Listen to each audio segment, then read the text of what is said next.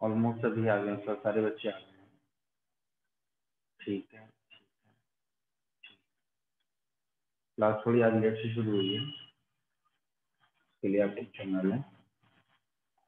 सारी चीजें हो गई, ये ऑलमोस्ट थोड़ा सा फंक्शन था इसके बारे में, बट यहाँ पर बहुत ज़्यादा डिटेल में क्रेनियल नर्व के बारे में नहीं दिया गया आपके एनसीईआरटी में, ठीक है। बट फिर भी आपको जितने भी क्रेनियल नर्व हैं, 12 पेयर ऑफ क्रेनियल नर्व जो हैं आपको याद करने होंगे, और स्पेशली याद करने क्या होंगे कि भाई कौन सा इसका जो है मिक्स नर्व है, कौन सा सेंसरी नर्व है, और कौन सा आपका मिक्स नर्व मिक्स्ड है। ये सारे नर्व को नंबरिंग के थ्रू और उनके नाम के थ्रू आपको याद करना होगा। जैसे कल हमने आपको बताया था कि सेंसरी नर्व कौन कौन सी होती हैं, क्रेनियल नर्व नंबर 1, 2 एंड 8, ठीक है। और मिक्स नर्व कौन कौन सी थी भाई, जल्दी बताइए। 5, 7, 9, 10, 5, 5, 7, 9। ठीक है। और आपकी जो मोटर नर्व थी वो कौन कौन सी थी? 3, 4, 4, 6, 9, 6, 11। फिर से बोलो 3, 4, 6, 3, 4, 6, 3, 11, 4, 12। 6, 11, 12। 3, 4, 6, 11, ठीक है। सबके नाम आपको याद। अच्छा, उनसे जो है रिलेटेड जो फंक्शन था उसको हमने एक निमोनिक के थ्रू दिखाया था। ये जो डायग्राम आपको दिख रहा है, स्पेशली यहाँ पर जो ऑल्फैक्टरी नर्व हमारा है, वो ऑल्फैक्टरी नर्व किससे रिलेट करता है बेटा? हमारे स्मेल सेंसेशन से, ठीक है। ऑप्टिक नर्व किससे निकलता है बेटा? ऑप्टिक नर्व का क्या काम होता है? ये सप्लाई करता है हमारे रेटिना को, ठीक है। ऑक्यूलोमोटर हमारे मिड ब्रेन से निकलता हुआ हमारी जो 4 आई की मसल्स होती हैं, कौन कौन सी आई की मसल्स होती हैं? Inferior oblique, superior oblique, inferior rectus और मीडियम रेक्टस में इसका जो है इन्वॉल्वमेंट होता है। और मूवमेंट ऑफ आईबॉल में भी इसका रोल होता है, किसका? ऑक्यूलोमोटर, ठीक है। ऑक्यूलोमोटर का रोल होता है, ठीक। तो आई होप इसमें ओरिजिन के बेसिस पर तो सवाल आपसे बहुत ही रेयरली पूछते हैं, अगर आपसे पूछा जाएगा तो आप क्या करोगे? मैंने आपसे कहा था कि मैं आपको एक पीडीएफ दे दूंगा, पर टाइम नहीं मिल पाया, ध्यान में भी नहीं रहा हमारे, तो आज आपको मिल जाएगा कि क्या होता है। स्पेशली आज हमारा जो मेन टॉपिक है वो है बेटा ऑटोनॉमिक नर्वस सिस्टम में सिंपैथेटिक और पैरासिम्पैथेटिक नर्वस सिस्टम के बारे में बताना है, ठीक है। तो यहाँ पर हम लिखना शुरू करेंगे। 2 पार्ट होते हैं आपके ऑटोनॉमिक नर्वस सिस्टम के। ऑटोनॉमिक नर्वस सिस्टम की बात कर रहे हैं, एएनएस की बात कर रहे हैं। इसके 2 फर्दर ब्रांचेस होती हैं। कौन कौन सी भाई? एक होगी आपकी सिंपैथेटिक नर्वस सिस्टम, एक होगी आपकी सिंपैथेटिक नर्वस सिस्टम, और दूसरी होगी आपकी parasympathetic nervous system. Parasympathetic nervous system, parasympathetic nervous system.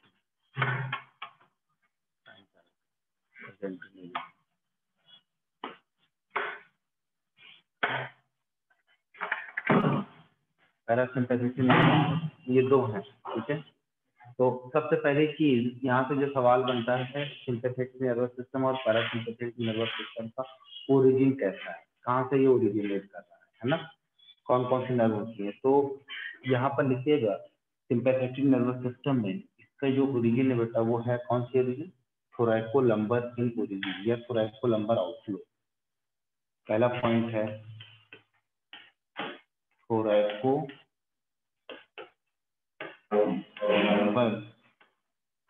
Outflow या थोरैकोलम्बर origin.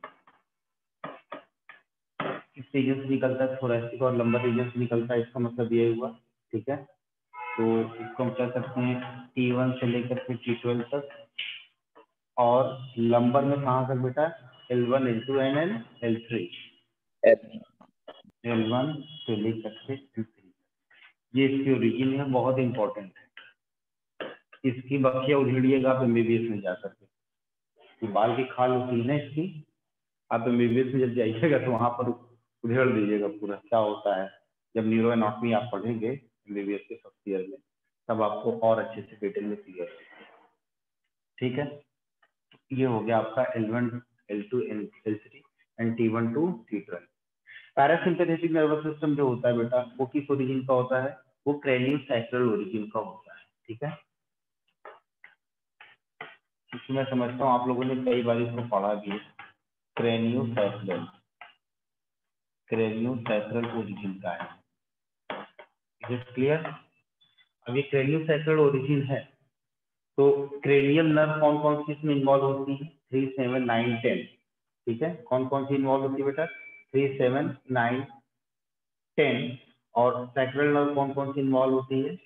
S2, S3 and S4। ठीक है, तो यहाँ पर जो क्रेनियल नर्व हमारी इन्वॉल्व होती है वो क्रेनियल नर्व है हमारी कौन कौन सी बताया हमने? 3, 7, 9, 10। और जो सैक्रल ओरिजिन वाली नर्व होती है वो कौन कौन सी होती है?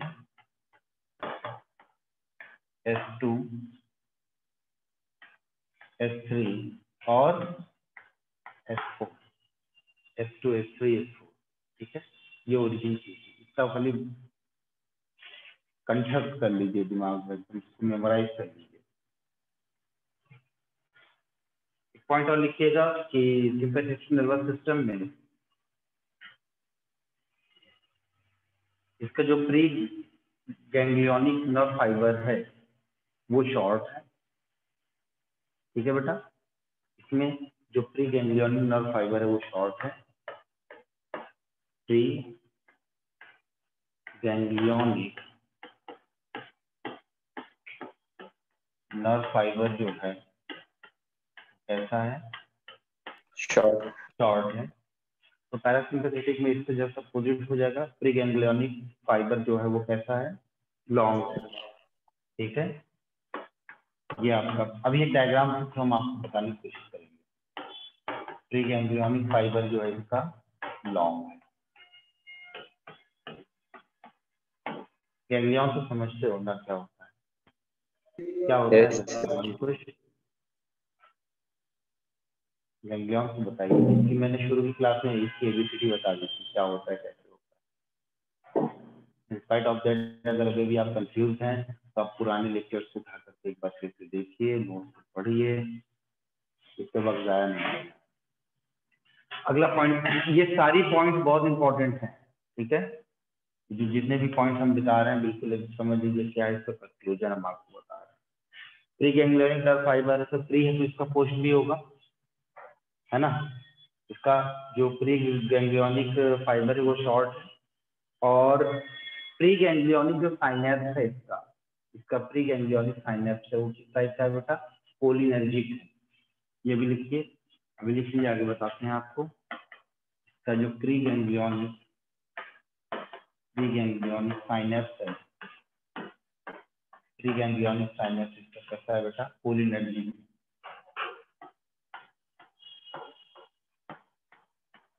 कोलिनर्जिक है। और इसका क्या है? प्री गैंग्लियोनिक साइनेप्स कैसा है बेटा? बोलो बोलो। एड्रीनर्जिक होगा। कैसा होगा? एड्रीनर्जिक होगा, मतलब यहाँ पर एड्रीनालिन से रिलेटेड होगा। और यहाँ पर किससे रिलेटेड होगा बेटा? कोलिनर्जिक है तो एसिटिल कोलिन से रिलेटेड होगा। यह है आपका एड्रीनर्जिक। अब हम आ जाते हैं किसके ऊपर बेटा? प्री गैंग्लियन है तो प्री गैंग्लियन बाद प्री गैंग्लियोनिक साइनेप्स आया। प्री गैंग्लियोनिक साइनेप्स के बाद आपका कौन सा रीजन आएगा बेटा? पोस्ट गैंग्लियोनिक साइनेप्स आएगा। तो मैं आपको बता दूं इसका पोस्ट गैंग्लियोनिक साइनेप्स जो होता है वो एड्रीनर्जिक होता है। ठीक है, इसका पोस्ट गैंग्लियोनिक साइनेप्स कैसा है? Post ganglionic synapse, post ganglionic synapse का है एड्रीनर्जिक। और कोई बंदा वेटिंग रूम में तो नहीं है?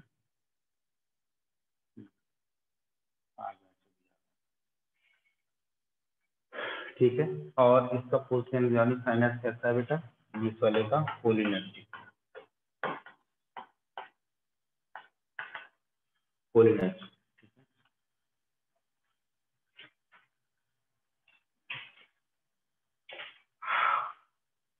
Post ganglionic synapses are adrenergic, exception में इसका स्वेट ग्लैंड आता है। तो ये बहुत डीप बातें हैं तो उसके ऊपर हमें ध्यान देने की जरूरत नहीं है। एक्सेप्शन में इसका स्वेट ग्लैंड आता है, ये याद मत करिएगा, स्वेट ग्लैंड, स्वेट ग्लैंड। ठीक, अगले इसमें पॉइंट आता है कि ये जनरली आपके ये सिंपैथेटिक नर्वस सिस्टम होता है, ये बताइए ये इमरजेंसी में काम करने वाला है सिस्टम, ठीक है। तो ये एक्साइटेटरी होगा या इनहिबिटरी होगा? ये एक्साइटेटरी होगा, एक्साइटेटरी होगा ना, एक्साइट कर रहा है ना चीजों को, इनहिबिट थोड़ी कर रहा है। इनहिबिट किसको करेगा? इनहिबिट करेगा सलाइवेशन को, इनहिबिट करेगा यूरिनरी ब्लैडर को, स्पेशली इनहिबिट करेगा प्यूपिल को, इनहिबिट करेगा इसको डाइजेस्टिव ट्रैक्ट को। जनरली ये कैसा है? एक्साइटेटरी है, एक्साइट कर रहा है। यानी कि आप थोड़ा सा इमरजेंसी कंडीशन में जाइए, आप आराम आराम से चल रहे हैं, पीछे से कुत्ता करके भौंक दिया, आप तुरंत क्या करते हो? भागते, बाद में देखते हो पीछे क्या है, पहले आप तेजी से भागे। और वो कंडीशन क्या है? आपकी इमरजेंसी वाली कंडीशन है। उस इमरजेंसी वाली कंडीशन में आपका एड्रिनल मेडुला से निकलने वाला जो हार्मोन है एपिनेफ्रिन बहुत ज्यादा हाई अमाउंट निकल रहा है, और उस वक्त क्या है, अगर आपका गला बिल्कुल सूख जाता है, आप चलो आपको कुत्ते ने नहीं दौड़ा, लेकिन एग्जाम दे करके तो सभी आ गए। जब बोर्ड के एग्जाम में पहला पेपर जब आप एग्जाम में देने गए थे, एग्जाम हॉल में जब आप बैठे थे पेपर मिलने से पहले, आपकी हार्ट बीट यहाँ नहीं यहाँ धड़कती हुई महसूस हो रही थी, आपकी आंखें बड़ी हो गई थी, फैल गई थी, मतलब पीपल क्या वगैरह डायलेट कर गया था, ठीक है। और आपके गूज बम्स हो गए थे, रोंगटे खड़े हो रहे थे, गला आपका सूख रहा था, आप पानी बार बार पी रहे थे लेकिन फिर भी आपका गला सूख रहा था। कहीं ऐसा ना हो पेपर टफ आ जाए और हमने जो पढ़ा है वो ना आए। ये सारी कंडीशन सब फेस की हैं, मैंने भी फेस किया है, आपने भी फेस किया। तो वो जो सिचुएशन होती है, वो सिचुएशन हमारी कौन सी है? इमरजेंसी वाली सिचुएशन है। उस वक्त हमारा कौन सा नर्वस सिस्टम इन्वॉल्व रहता है? Directly sympathetic nervous system. लेकिन जनरली ये देखिए, जब कुत्ते ने आपको दौड़ाना शुरू किया तो आप उसको भागते भी बहुत तेज हो, आपकी हार्ट रेट बहुत ज्यादा हो जाती है, आपका कार्डियक आउटपुट बहुत ज्यादा हो जाता है, ठीक है, आपके अंदर एनर्जी बहुत ज्यादा होती है, आपके अंदर हीट एनर्जी बहुत ज्यादा लिबरेट करती है। तो ये सब क्या है? एक्साइटेटरी इफेक्ट है कि नहीं? बाकी दूसरी चीजें, अगर कोई नेचर कॉल की अगर आपको जो है मैसेज आया है तो सब सारी चीजें बंद हो जाती हैं। अब जैसे गांव के उसमें, मैं बचपन की बात बता रहा हूँ, मैंने तो देखा था, हम लोग ऐसे ही खेत वगैरह में खेला करते थे। तो आज से करीब 20 साल पहले की बात मैं बता रहा हूँ कि उतना ज्यादा मोदी जी का जो योजना थी शौचालय वाली योजना, उतना अच्छे से काम नहीं कर रही थी, ठीक है। तो लोग जो है खुले में शौच के लिए जाते थे। मामला क्या हुआ कि एक आदमी गया, वो मतलब जो क्या कहते हैं ओड़ रहता है, मतलब पीछे जो बड़ा टीला वीला रहता है उसके पीछे जैसे ही गया वहां से भाग आया दौड़ते हुए, ठीक है। साथ में जा रहा था, उसके हाथ में लोटा था, वापस आ रहा था लोटा नहीं था। पूछा गया क्या हुआ, कहा वहां सांप है। क्या कहा? वहां सांप है। तो सांप को देख करके उसकी सारी की सारी डाइजेस्टिव एक्टिविटी जो थी वो क्या हो गई? स्टॉप कर गई, रुक गई। तो यहाँ पर इस चीज से ये बात हमें साबित होती है कि जो सिंपैथेटिक सिस्टम है ये डाइजेस्टिव ट्रैक्ट के लिए एक इनहिबिटरी इफेक्ट की तरह काम करता है। तो वही बात हमने आपको बताई कि जनरली हमारा सिंपैथेटिक नर्वस सिस्टम जो है, हमारा जो सिंपैथेटिक नर्वस सिस्टम है, ये एक्साइटेटरी इफेक्ट को शो करता है। लेकिन एक्सेप्शन में हमारा क्या आ जाता है बेटा? डाइजेस्टिव सिस्टम, यूरिनरी ब्लैडर का सिस्टम और हमारा फ्यूचर, ठीक है। जनरली ये क्या है? एक्साइटेटरी है। जनरली ये कैसा है बेटा? एक्साइटेटरी है। एक्सेप्शन में डाइजेस्टिव सिस्टम,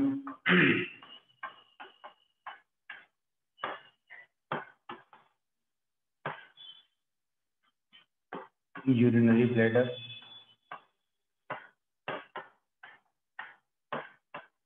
और प्यूपिल। तो आप बताइए कि प्यूपिल की कंडीशन में क्या होगा, ठीक है। अब जब इसके अपोजिट आएंगे हम पैरासिम्पैथेटिक नर्वस सिस्टम में, तो ये इनहिबिटरी है। जनरली कैसा? ये इनहिबिटरी है। किसके रेफरेंस में इनहिबिटरी है बेटा? ये इनहिबिटरी है आपके सिंपैथेटिक नर्वस सिस्टम के रेफरेंस।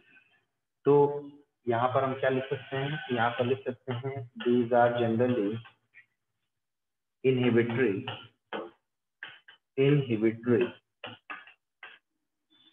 एक्सेप्शन में आप इन्हीं तीनों को उठाकर क्या लिख लीजिएगा? Except digestive system, urinary bladder और आपका क्या है बेटा, प्यूपिल, आपका प्यूपिल, ये चीजें हैं। ठीक है, जल्दी लिख लीजिए।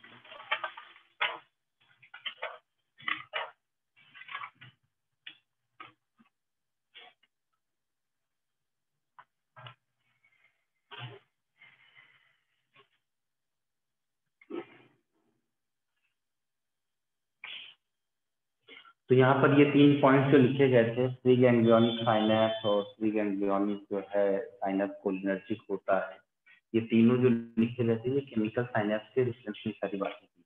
ठीक है, इसके रिफरेंस में बेटा केमिकल साइनैप्स के बारे में ये बात की गई।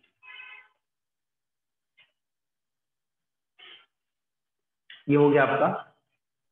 Yes sir. सबका हो गया?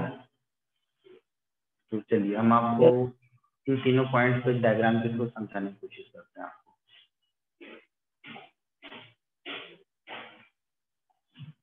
चलो, तो सबसे पहले लिखेंगे हम लोग एड्रेनर्जिक साइनैप्स।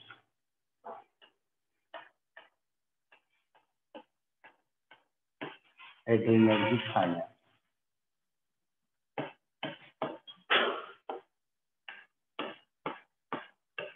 एड्रेनर्जिक। तो इस एड्रेनर्जिक साइनैप्स में तो सबसे पहले आप क्या बना सकते हैं, एक सीएनएस बना सकते हैं।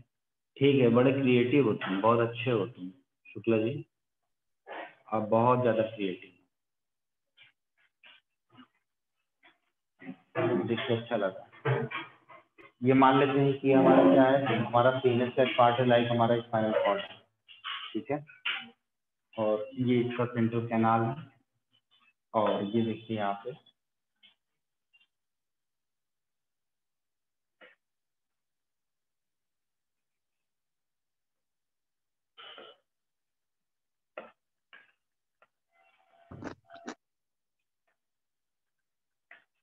ठीक है, ये चीज आपको समझ में आया। उसके बाद हमने आपको बताया कि एड्रेनर्जिक में जो सिंपैथेटिक प्री गैंग्लियोनिक, यानी कि प्री गैंग्लियोनिक जो न्यूरॉन है वो कैसा है, शॉर्ट है कि लॉन्ग है? शॉर्ट है। मैंने क्या बताया बेटा, शॉर्ट है। तो मान लीजिए कि यहाँ से आपका क्या निकल रहा है, एक म्यूजिक नर्व यहाँ से जो है कनेक्ट हो रहा है। ठीक है, तो ये कनेक्शन में आप देखिए इस तरीके से, ये हमें बहुत शॉर्ट बताया। और फिर यहाँ से शुरू होता है क्या इसका, ये गैंग्लियन है। ये क्या है बेटा, ये गैंग्लियन। और ये जो होता है ये माइलिनेटेड होता है, इसमें इतना याद रखिए आप। ठीक है, ये क्या है आपका, शॉर्ट वाला है। इसके बाद यहाँ पर दूसरा जो है आएगा, ये साइनैप्स है।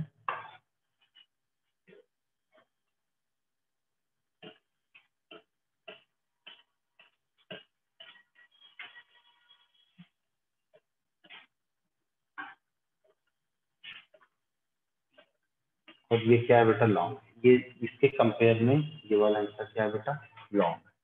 तो ये आपका एड्रेनर्जिक साइनस है। इसमें इसका जो प्रोडक्ट होगा एड्रेनर्जिक है, तो वहां पर जो प्रोडक्ट होगा ये होगा आपका एड्रेनालिन। ये क्या होगा आपका, एड्रेनालिन होगा। ठीक है, इसको बनाइए पहले थोड़ा, फिर उसके बारे में इसमें ऐड करते हैं।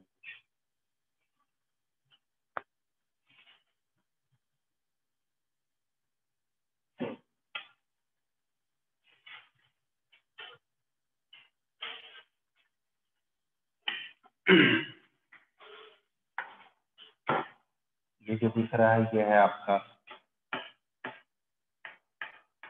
सिंपैथेटिक प्री गैंग्लियोनिक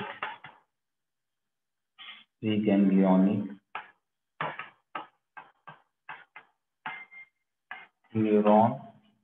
और ये वाला क्या है बेटा, sympathetic post ganglionic neuron. Neuron, sympathetic post ganglionic neuron.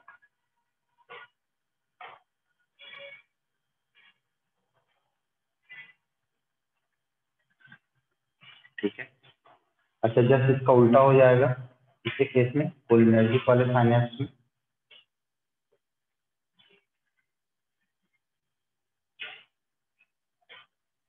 यहाँ पर बताया जाता है कि यहाँ पर जो हमारा होता है न्यूरोट्रांसमीटर, यहाँ पर एपिनेफ्रिन होता है और ये फिर बाद में किसमें आता है, नॉरएपिनेफ्रिन में कन्वर्ट होता है।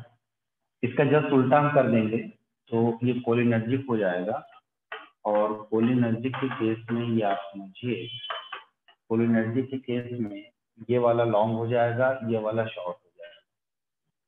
देखो इधर, इसको आप अपने से बनाइए। कोलिनर्जिक में ये वाला लॉन्ग हो जाएगा और ये वाला क्या हो जाएगा, शॉर्ट हो जाएगा, और एपिनेफ्रिन की जगह पर क्या आ जाएगा बेटा, एसिटिलकोलिन हो जाएगा। और यहाँ पर जो केमिकल दिख रहा है, यहाँ पर भी आपका क्या होगा बेटा, एसिटिलकोलिन होगा। सारी चीजें सेम रहेंगी, बस इसका जो नर्व है इसको क्या करेंगे बेटा, शॉर्ट कर देंगे। ठीक है, ये यहाँ से इस तरीके से कनेक्ट होता है।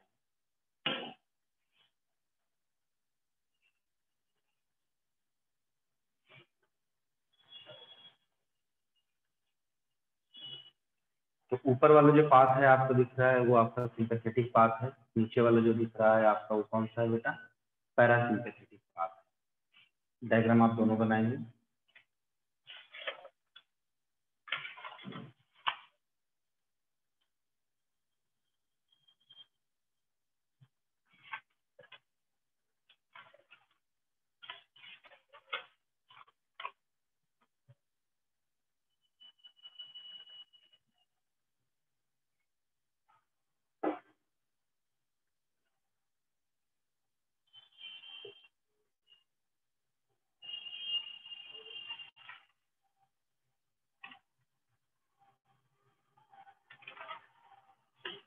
हो गया?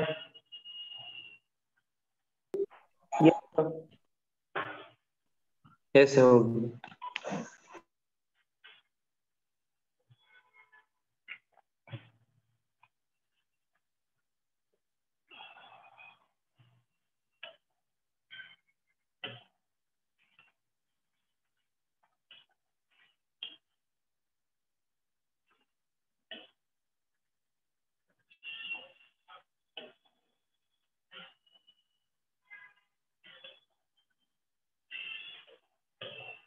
देखो बेटा, ये डायग्राम सबको क्लियर दिख रहा है?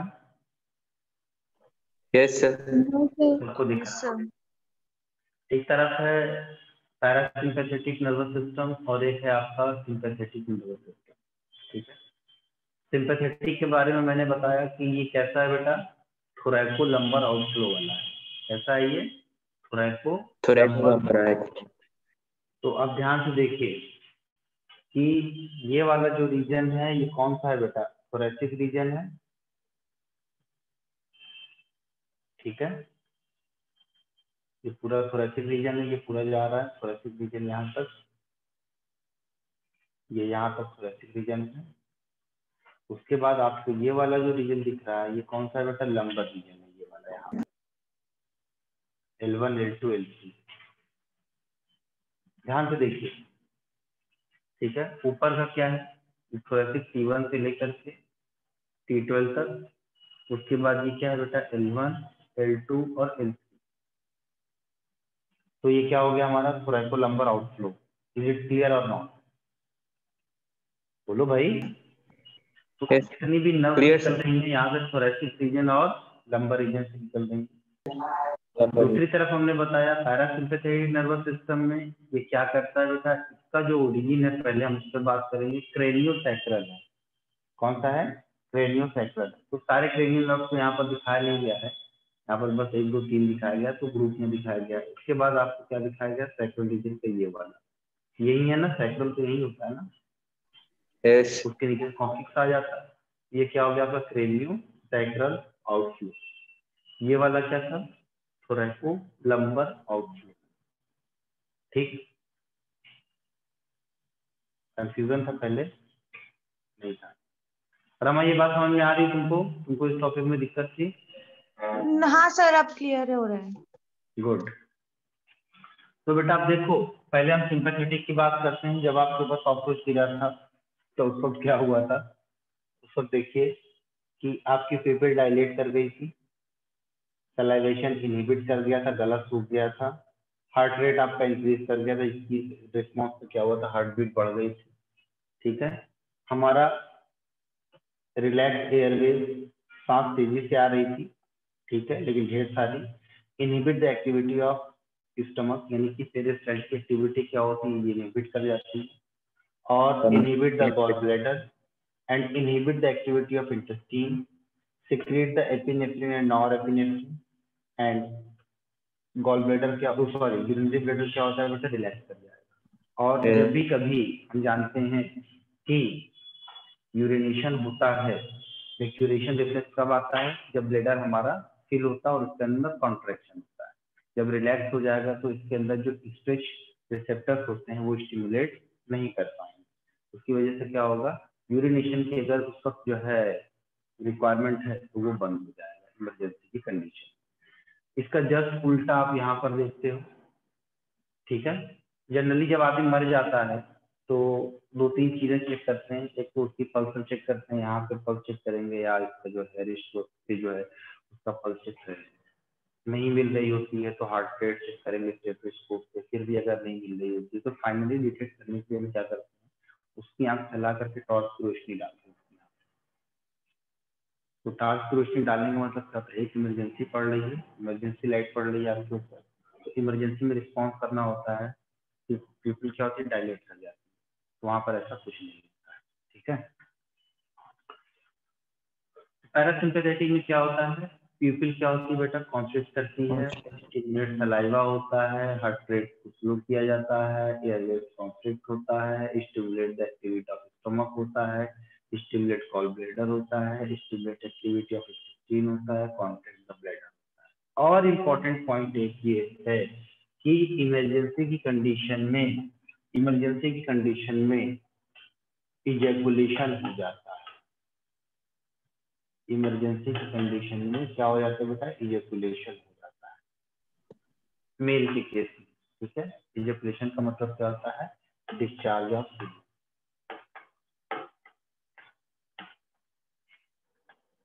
डिस्चार्ज ऑफ, चलिए इसको लिख लीजिएगा बारी बारी। बुक में है ये, एनसीईआरटी की बुक में है, बट इसीलिए फिर भी इसको लिख लीजिए।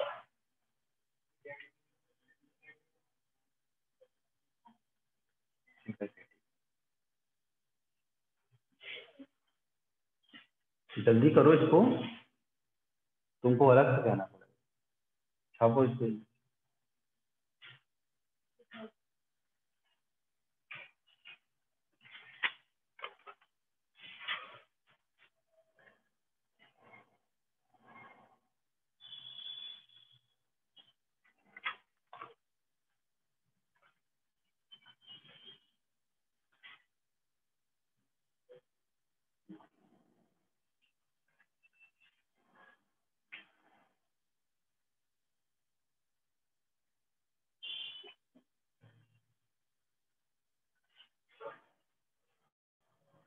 इसके साथ याद कर लीजिए कि जो ग्लैंड हमारी इन्वॉल्व होती है वो आपकी किडनी के ऊपर मौजूद है। जो किडनी है हमारी, किडनी के ठीक ऊपर मौजूद जो ग्लैंड होती है उसको हम क्या बोलते हैं बेटा? Adrenal gland. और इस एड्रिनल ग्लैंड के दो रीजन होते हैं। बाहर वाला आपका एड्रिनल कॉर्टेक्स होता है, अरे सुनिए, अंदर वाला कौन सा होता है बेटा? एड्रिनल मेडुला होता है। इस एड्रिनल मेडुला से दो इमरजेंसी हार्मोन निकलते हैं, एपिनेफ्रिन और आपका नॉर एपिनेफ्रिन। और ये दोनों के दोनों हार्मोन हमारे किसके नेचर से होते हैं बेटा? कैटिकोलमीन होते हैं। ये हमारे कैटिकोलमीन होते हैं जो कि किस अमीनो एसिड के डेरिवेटिव होते हैं बेटा? टायरोसिन अमीनो एसिड के डेरिवेटिव होते हैं। है। इसके डेरिवेटिव होते हैं बेटा टायरोसिन अमाइनो एसिड के डेरिवेटिव। इसको कैटेकोलामीन क्यों कहते हैं? क्योंकि इसमें अगर इसका केमिकल स्ट्रक्चर जब आप आगे जैसे देखिएगा इसमें कैटिचॉल रिंग पाई जाती है। ठीक है, कौन सी रिंग पाई जाती है? कैटिचॉल रिंग पाई जाती है, इसीलिए इसको हम कैटेकोलामीन कहते हैं।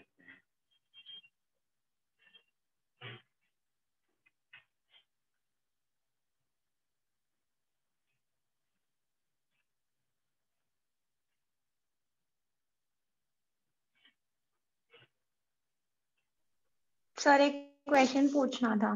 बोलो। सर इलेक्ट्रिकल साइनेप्सिस में कौन से जंक्शन मिलते हैं?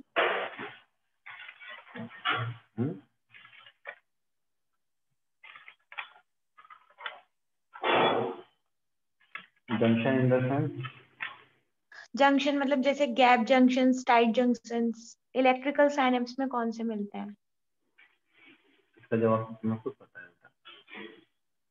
मैंने बताया था। इनका सवाल है कि इलेक्ट्रिकल साइनेप्स से कौन से जंक्शन मिलते हैं।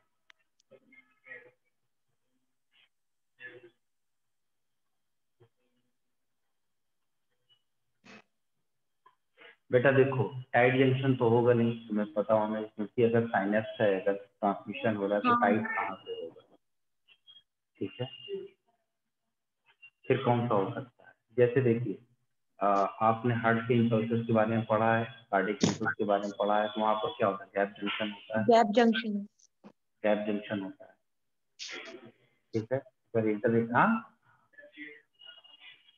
रिलेटेड होता है, तो यहाँ पर भी क्या होता है? एक इंटर कनेक्शन होते हैं ना सारे न्यूरॉन्स के बीच में, सारे न्यूरॉन्स के यस। बीच में इंटर कनेक्शन होते हैं।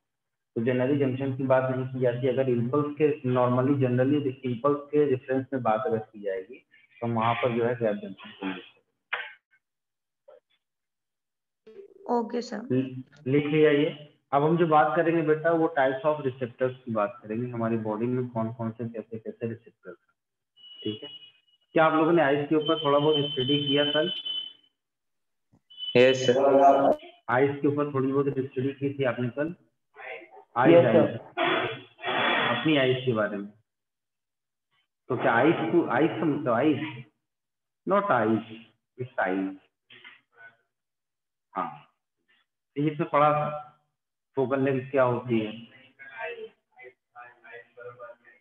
अच्छा, बर्फ वाली आइस। हाँ, उसमें प्रेसिपिटेशन बताया गया होगा कि प्रेसिपिटेशन क्या होता है।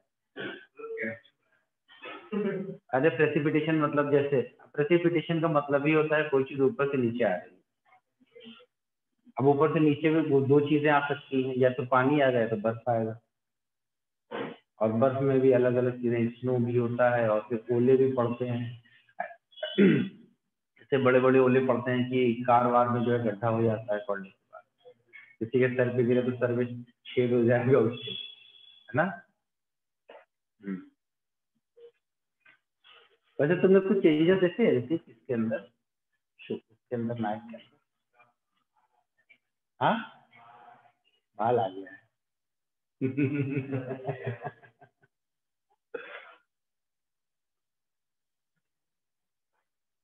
सुनिए भाई, एक चीज नहीं जाएगा कैसे? देखो बेटा, ऐसा है, मैं एक मिनट के लिए अपनी रिकॉर्डिंग थोड़ा पॉज करूंगा, कुछ बात आपसे करूंगा। चल बेटा, हम बात करने जा रहे हैं बेटा, रिसेप्टर्स की बात करने जा रहे हैं भैया।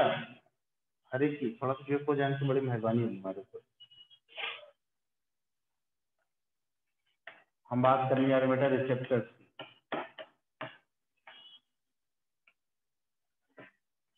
रिसेप्टर्स, अलग अलग टाइप के रिसेप्टर्स हमारी बॉडी में पाए जाते हैं। जैसे ये स्किन है, जैसे हाथ फेरा पता चल गया, टच रिसेप्टर। हीट लगाया, गर्म चीज हुआ, हाथ पीछे चला गया, तो क्या होगा? यहाँ पर भी आपका हीट रिसेप्टर है, मतलब ये रिसेप्टर जो होगा, एक रिसेप्टर होगा जिसको हम बोलते हैं मिजनस कार्पसूल। नाम सुना है? मिजनस कार्पसूल का नाम सुना है? स्किन में पाया जाता है। मिजनस कार्टिसल, मिजनस कार्टिसल, इसी के बारे में एक और होता है आपका मिकल्स कार्टिसल से मिकल्स डिस्क। ये सब आपके थिग्मोरिसेप्टर होते हैं फॉर द टच। मिकल्स कार्टिसल और मिजनस कार्टिसल ये आपके होते हैं बेटा थिग्मोरिसेप्टर।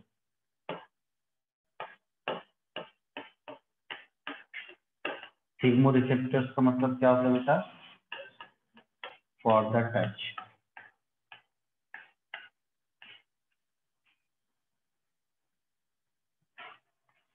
कोई आपके चेहरे पर ऐसे धीरे से हाथ फेरेगा तो ये भी थिग्मोरिसेप्टर है। कोई स्लैप करेगा तो वो भी थिग्मोरिसेप्टर। दोनों में रिएक्शन अलग अलग आएगा, दोनों में रिएक्शन आपका अलग अलग आएगा। एक में पहले में रिएक्शन क्या होगा? कोई रिएक्शन, बहुत प्यार वाला रिएक्शन आएगा। दूसरे में रावण वाला रिएक्शन आएगा, हाउ डेयर यू, तुम्हारी हिम्मत कैसी हुई मुझे मारने। पहली दफा मैं आपको नहीं बोलूंगा तुम्हारी हिम्मत कैसी हुई मुझे छूने। बिजनेस कार्ड पहला है थिग्मोरिसेप्टर वाली बात, ठीक है। स्किन में ही होता है आपका पैसिनियन कार्टिसल, स्किन में ही होता है आपका पैसिनियन कार्टिसल।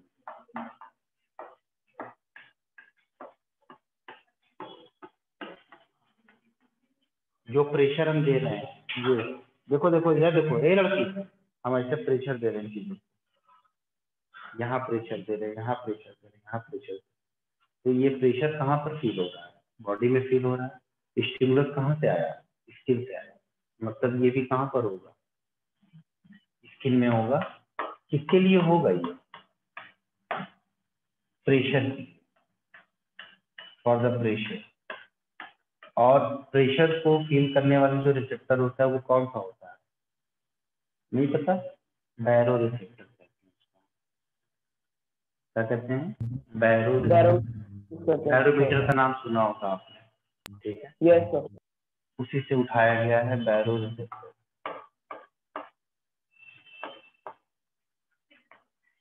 ठीक है। ये बैरो रिसेप्टर हो गया। और आगे आता है free nerve ending. Nerve ending आपकी उंगली की टिप है, ये नोज की टिप है, टोज की टिप है, पैरों की। तो वो नर्व एंडिंग कहाँ पर होती है? वहां पर आपको क्या महसूस होता है? पेन महसूस होता है, ठीक है। वहां से पेन महसूस होता है, तब हम उसको क्या बोलते हैं? एलजीएसपी रिसेप्टर फ्री नर्व एंडिंग पर।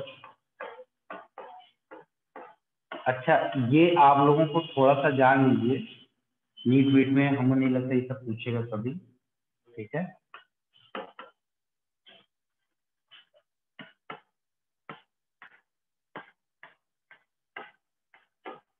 भरतपुर में साइकिलिंग करनी पड़ती है, साइकिल लेना पड़ता है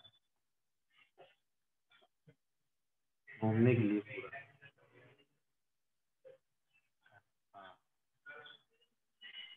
सर फ्री नर्व के आगे क्या लिखा हुआ है? Nerve ending, ending free nerve ending, ending यहाँ पर एंडिंग है। ये एलजेसी है, ALGESI।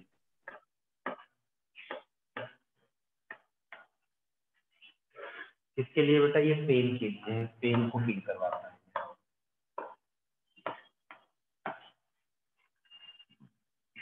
नेक्स्ट पॉइंट है आपका इसमें, एक होता है रफिनीज एंडिंग। रफिनीज नाम नहीं सुना है आपने, रफिनीज एंडिंग। ये मत कहिएगा सर एनसीईआरटी के बाहर का पढ़ा रहे हैं। हाँ मैं मानता हूँ सर एनसीईआरटी के बाहर का है थोड़ा, बट हम इसलिए जा रहे हैं कि कभी भूले भटके सवाल न पूछ ले यहाँ, बस ये आपको जानना चाहिए। ये हीट के लिए होता है, हीट के लिए जो रिसेप्टर का शब्द यूज करते हैं हम उसको हम बोलते हैं कैलो रिसेप्टर, क्योंकि जब हीट जनरेट होता है तो जो एनर्जी निकलती है कैलोरी के फॉर्म में, इसीलिए लगाया गया था कैलो रिसेप्टर, ठीक है। इसके लिए बताइए हीट के लिए, ये आपकी हीट के लिए। नाम आपने सुना होगा एक ऑर्गन ऑफ गोल्जी। कहाँ होता है ये ऑर्गन ऑफ गोल्जी? ये इंपॉर्टेंट, ये इम्पोर्टेंट है। ऑर्गन ऑफ गोल्जी, नाम सुना है आपने? गोल्जी कॉम्प्लेक्स नहीं है, गोल्जी अंकल ने इसकी स्टडी की थी इस टाइप के रिसेप्टर, तो इसको हम कहते हैं ऑर्गन ऑफ गोल्जी। ठीक है, ये कहाँ पर होता है बेटा? एट ज्वाइंट, ठीक है, लिगामेंट, टेंडन। ठीक है, कहाँ पर वो मौजूद होता है बेटा? At joint, ligament and tendon. At joint, ligament, tendon, ligament, tendon. ठीक है, ज्वाइंट यहाँ पर होता है। ये किस काम आता है बेटा? ये स्ट्रेच रिसेप्टर की तरह काम करता है। ठीक है,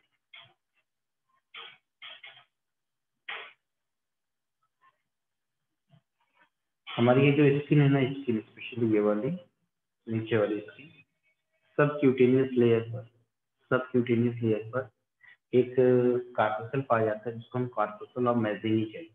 क्या कहते हैं? कार्पोसल ऑफ मैजिनी। ये सेंसेशन को फील करता है, इसको फील करता है, सेंसेशन को फील करता है। सुन लीजिए, लिखना जरूरी है।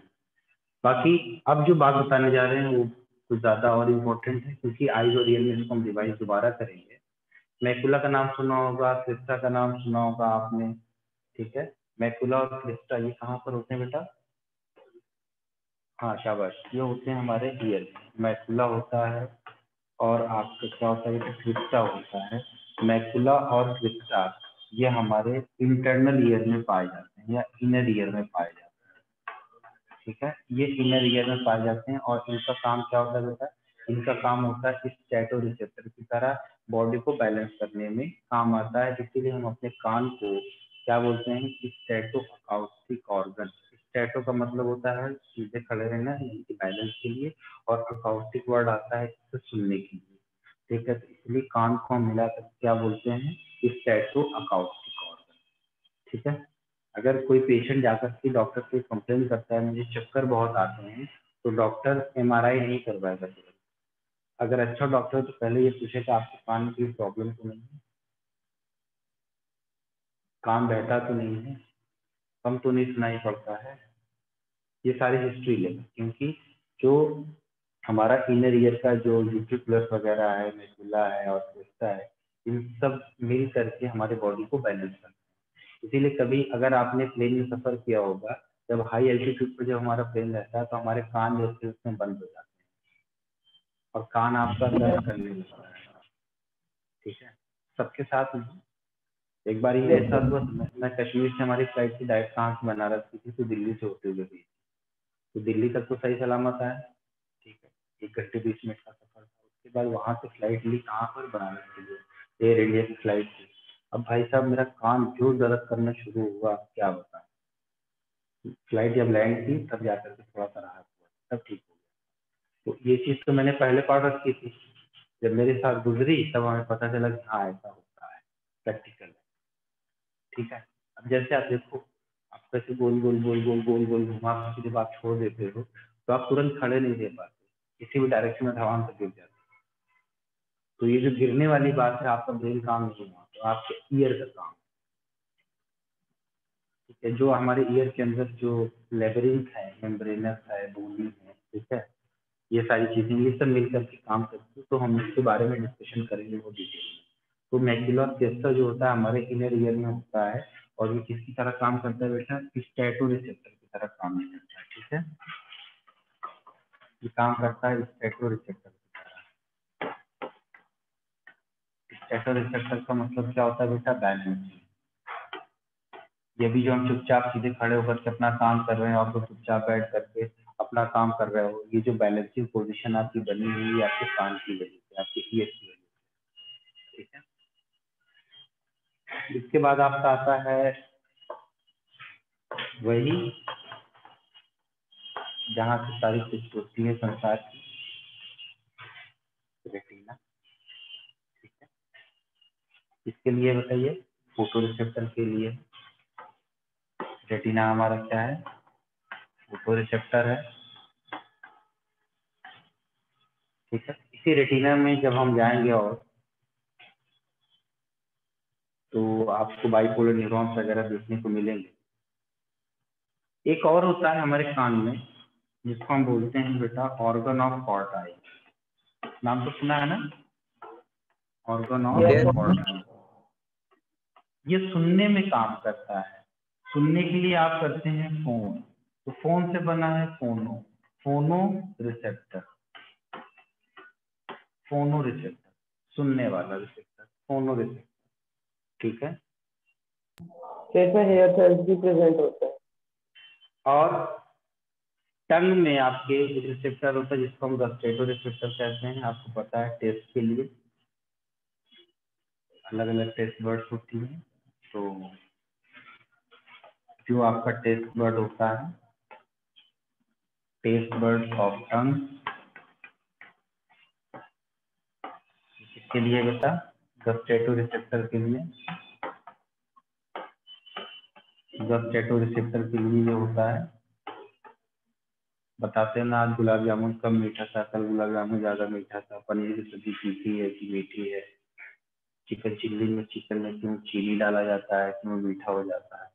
नाम है चिकन चिल्ली और खाता है उसका स्वाद मीठा मीठा। खाया ही नहीं पता क्या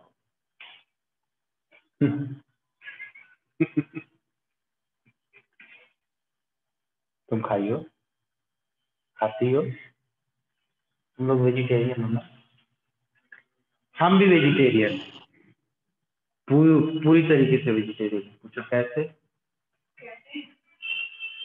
हम घास फूस डायरेक्ट नहीं खाते, जो घास फूस को खाता है उसको खाते हैं, तो इनडायरेक्टली हम भी वेजिटेरियन ही हुए ना। हाँ, हम टर्शरी कंज्यूमर है।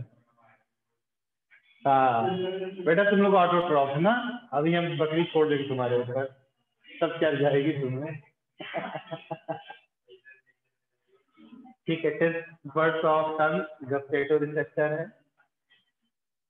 आपने नाम सुना होगा, थोड़ा सा हम एनिमल किंगडम में जाएंगे आपके लिए, एनिमल किंगडम में थोड़ा सा जाएंगे, वहां पर कई सारी चीजें हैं जो आपके एग्जाम के लिए बड़ा इंपॉर्टेंट रोल प्ले करेंगी।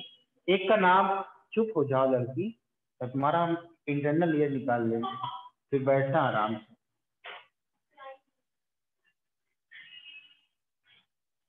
स्टेटोसिस का नाम सुना है बच्चे? क्या होता है ये भी बैलेंसिंग ऑर्गन है। स्टेटोसिस सलोनी कहाँ पर पाया जाता है ये?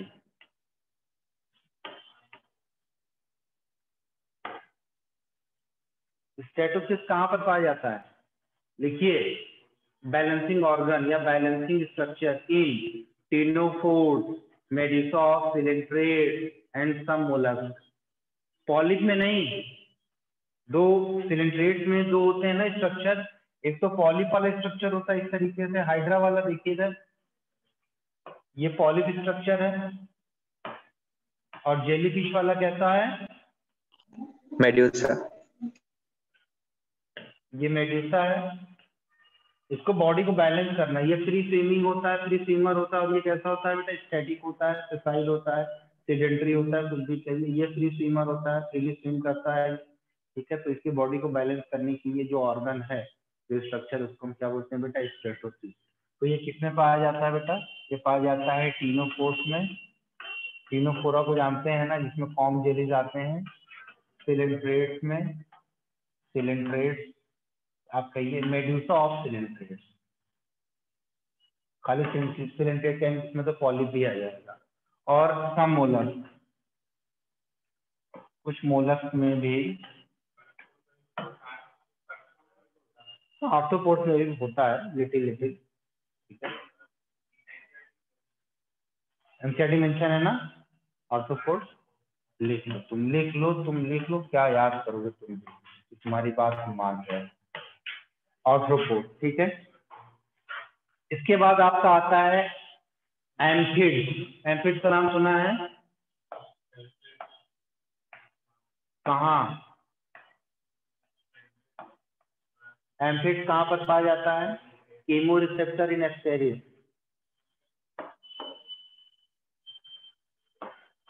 केमोरिसेप्टर इन एस्टेरिस, इसी कीमो रिसेप्टर की वजह से बड़ा चालाक होता है। ठीक है, जब भी हम कोई डिवर्मिंग वाली दवा खाते हैं, अल्बेंडाजोल खाते हैं, मेबेंडाजोल खाते हैं, तो जैसे ही हमारे स्टमक में पहुंचता है तो इसकी स्मेल जैसे ही पहुंचती है, इसका जो एसेंस होता है इंटेस्टाइन वगैरह पहुंचता है, तो ये स्टेरिस क्या करता है, इंटेस्टाइनल वॉल से चिपक जाता है और इसकी बॉडी के ऊपर क्या होता है, क्यूटिकल की लेयर पाई जाती है, और वो कीमो रिसेप्टर की वजह से जो इसका क्या एम्पिट्स है उसकी वजह से ये उसको सेंस कर लेता है और चिपक जाता है, दवा जाती है और क्यूटिकल के ऊपर असर नहीं करती है दवा, जब तक ये दवा उसके डाइजेस्टिव ट्रैक्ट में ना पहुंचे। उसके लिए जो होशियार डॉक्टर है वो क्या करता है, कहता है ऐसा है भैया ये करिए, आप इस दवा को खाली पेट मत खाइएगा, आप मीठा लड्डू खा लेना, या आप जो है नारियल जो होता है भुना हुआ नारियल उसको आप खा लीजिए, इसकी सूंधी सूंधी महक जब अंदर जाएगी तो जो आपका वर्म है, राउंड वर्म है, वो कहेगा अरे वाह खाना आ गया चलो, तो वो इंटेस्टाइन में फ्रीली जब मूव करता रहेगा, उसी वक्त जब आप दवा खा लोगे दवा उसके ऊपर डायरेक्टली जा सकते हैं। तो जब हमारे पास हम भी कितने स्मार्ट हैं, जैसे ऑक्टोपस कितना स्मार्ट है, ऑक्टोपस तो सुना है ना, सिफेलोपोडा का मेंबर है ऑक्टोपस, उसके अंदर कोई जो है शेल नहीं पाया जाता है, जैसे मोलस्का का मेंबर है सिफेलोपोडा होता है, गैस्ट्रोपोडा होता है, अलग अलग होते हैं। ठीक है, जैसे गैस्ट्रोपोडा के पूरी बॉडी पर शेल पाया जाता है, लेकिन सिफेलोपोडा में शेल नहीं पाया जाता, वहीं स्क्विड वगैरह उसके अंदर इंटरनल शेल पाया जाता है। तो सिफेलोपोडा अपनी बॉडी को प्रोटेक्ट करने के लिए क्या करता है, वो उसके पास एक ग्लैंड होती है स्पेशल टाइप की, जिसको हम कहते हैं इंक ग्लैंड। जैसे ही कोई प्रेडेटर उसके पास हमला करने के लिए आता है, वो क्या करता है, इंक जो है सिक्रीट करता है अपनी बॉडी से, और पूरी सराउंडिंग उसकी क्या होती है, ब्लर हो जाती है। जब ब्लर हो जाएगी, अब क्या, अंधेरे में सर टकराएगा अपना प्रेडेटर, उसको मिलेगा नहीं, ऑक्टोपस हट से भाग जाएगा। तो ऑक्टोपस भी स्मार्ट है, अगर हम हैं तो वो भी स्मार्ट है, स्मार्टनेस हर जगह है ना। सर वो तो सर्वाइवल रिफ्लेक्स में काउंट होगा ना। मैं वो नहीं कह रहा हूँ कि वो क्या कहते हैं रिसेप्टर वगैरह, मैं एक बात बता रहा हूँ किस तरीके से प्रेडेटर्स अपने आप को बचाता है। जैसे एस्टेरिस कीमो रिसेप्टर की वजह से, एम्फिट्स की वजह से अपने आप को इंटेस्टाइन के अंदर बचाने की कोशिश करता है। इसके बाद एम्फिट्स के बाद आपका आता है फेओसोम, फेओसोम छोड़ो, एक आता है आपका ऑस्फेरिडियम, इसका नाम सुना है, ऑस्फेरिडियम। भैया चलो नहीं जवाब दो, ऑस्फेरिडियम का पढ़ा है तुमने। ऑस्फेरिडियम जो होता है बेटा, ये कीमो रिसेप्टर होता है मोलस्का के अंदर, और केमिकल नेचर ऑफ वाटर को जो ये डिटेक्ट करता है। जितने भी मोलस्कन्स होते हैं वो अपने केमिकल नेचर को जो है क्या करते हैं, डिटेक्ट करते हैं।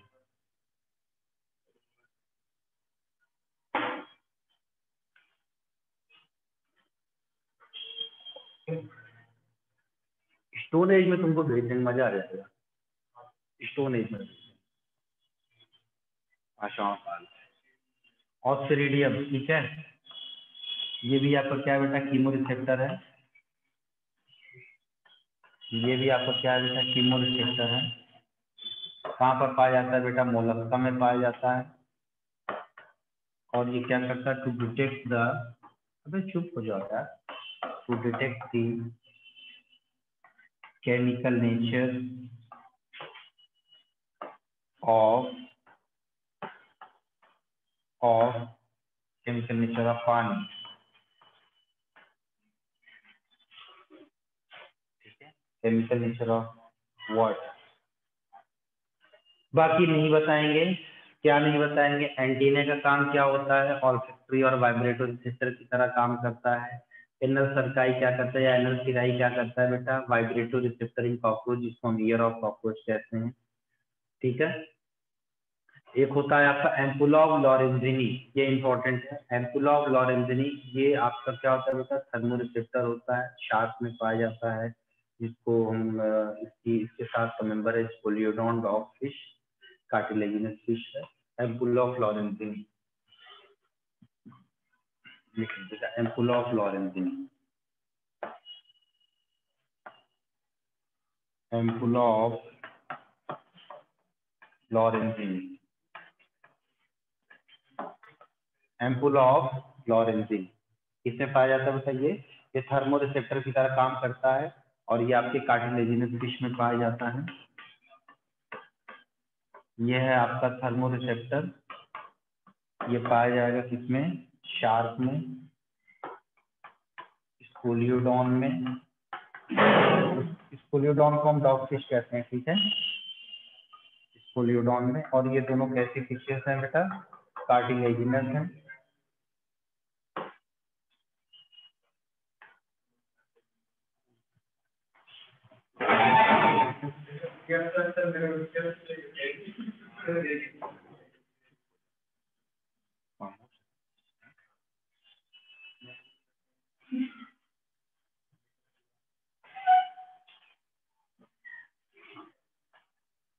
चलो, एम्पुल ऑफ लॉरेंजिनी हो गया। लॉरियल पिट सुना है? लॉरियल शैम्पू नहीं बे, लॉरियल पिट।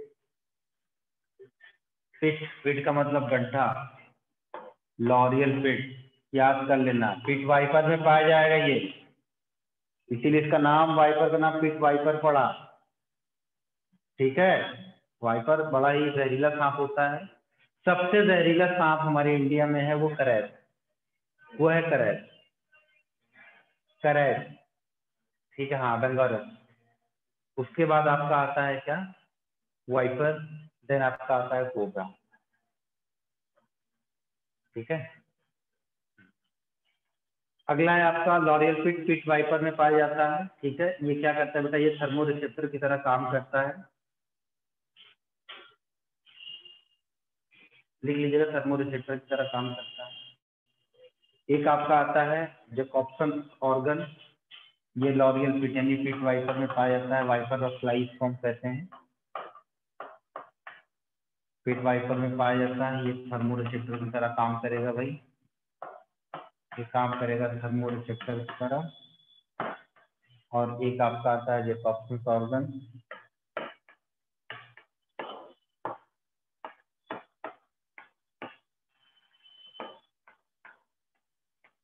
और ये स्पेशली पाया जाता है बेटा आपके स्नेक्स में, फ्रॉग में।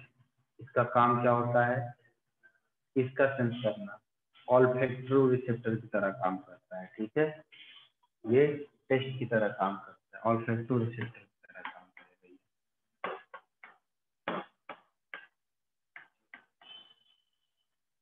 कहाँ पर पाया जाएगा? मेंढक में और सांप में, मेंढक में और सांप में ये पाया जाएगा, ठीक है।